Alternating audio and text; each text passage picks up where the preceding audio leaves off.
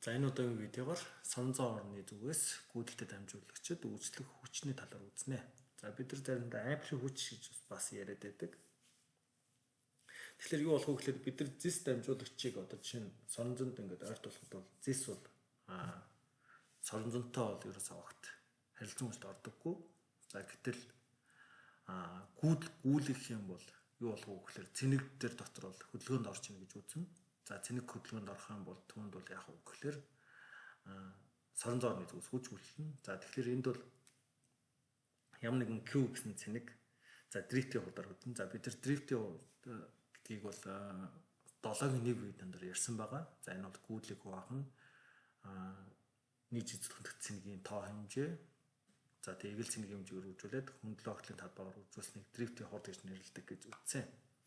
За тэгэхээр энэ цэнэгт одоо үйлчлэх одоо хүч бол баруун гарны дүрмээр QVB байна. За тэгэхээр энд бол бид нар үзэх юм бол F тэнцүү QVB за энэ вектор үржүүр байна. За тэгэхээр энд бол бидний нэг F тэнцүү QVB синус альфа гэж үзье. За тэгэхээр энэ дамжуулагчийг хэдүүлээ L урттай хэсгийг сонгож авъя. За тэгэх юм бол энэ L урттай энд үзэх юм бол маш олон цэнэгүүд байгаа гэж үзнэ. За энэ цэнэгүүд үйлчлэх нийлбэр хүчийг хэдүүлээ олъё. За тэгэх юм бол энэ нийлбэр хүч бол юу болох вэ гэхээр F total гэдэг нь Q гэдэг нь бол энэ хэсэг дотор байгаа нийт цэнэгийг ярина. Тэгэхээр эгэл цэнэгийн хэмжээг үржих нь N болно гэсэн үг. Бидний цэнэг гэдэг байна. За тэгээд дрифтийн урдыг бид нар 7-гийн 1 дээр за ярьсан буюу та хэд нь бас тэр видеог үзээрэй. За I N E A гэдэг нь area буюу хөндлөн огтлын талбай болж байгаа энэ дамжуулагчийн. За тэгээд эндээс ингээд бодох юм бол соронзон орны индукц. За энэ бол B гэдэг нь гадны соронзон ор байгаа. За тэгээд үржих нь синус альфа.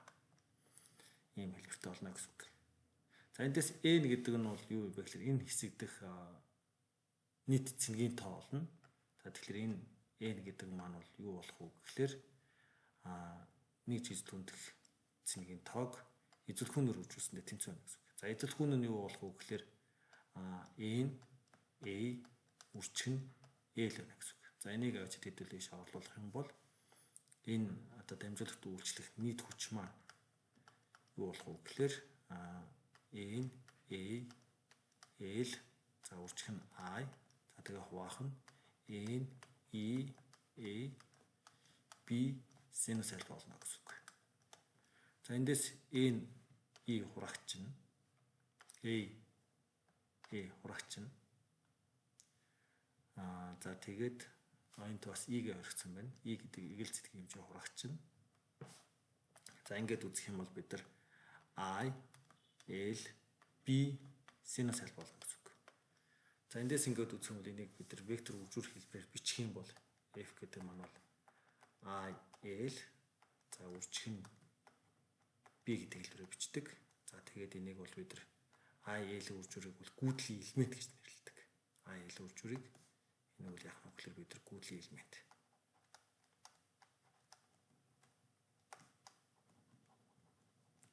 За тэгэхээр маш жижиг хэсгийн одоо уртыг сонгож авах юм бол DF гэдэг маань бол юу гарч ирэх вэ гэхээр I DL үржих нь B буюу жижиг DL гэсэн хэсэг одоо үйлчлэх хүчийг тодорхойлж байна. За тэгэхээр энэ нь муу айдал бидрийнхаар бол вектор үржүүрээр гарч иж байгаа. Тэгэхээр бол дамжуулагчийн дагуу мэдээж гүйдэлгүй нь. Тэгэхээр ийшээ бол гүйдлийн чиглэл буюу IDL энэ хоёроо нэг вектор болгож байгаа. За тэгээд ийшээгээ B вектор бидний гүйдлийн чиглэл гэж авсан ч болно гэсэн үг. Мэдээж дамжуулагчаар гүйдэл гүйж байгаа учраас гүйдлийн чиглэл эрхийн ур байна. За 7 уруу маань бол соронзон орны индукц F гэдэг бол дамжуулагчд үйлчлэх хүч болно гэсэн үг. За иймэрхүү маягаар бол бид нар дамжуулагчаар гүйдэл гүйх юм бол гадны соронзонд орох ийм хэмжээний хүч үйлчлэх нь тэр чиглэлийг бид яах нь адил тодорхойлж болно гэсэн үг.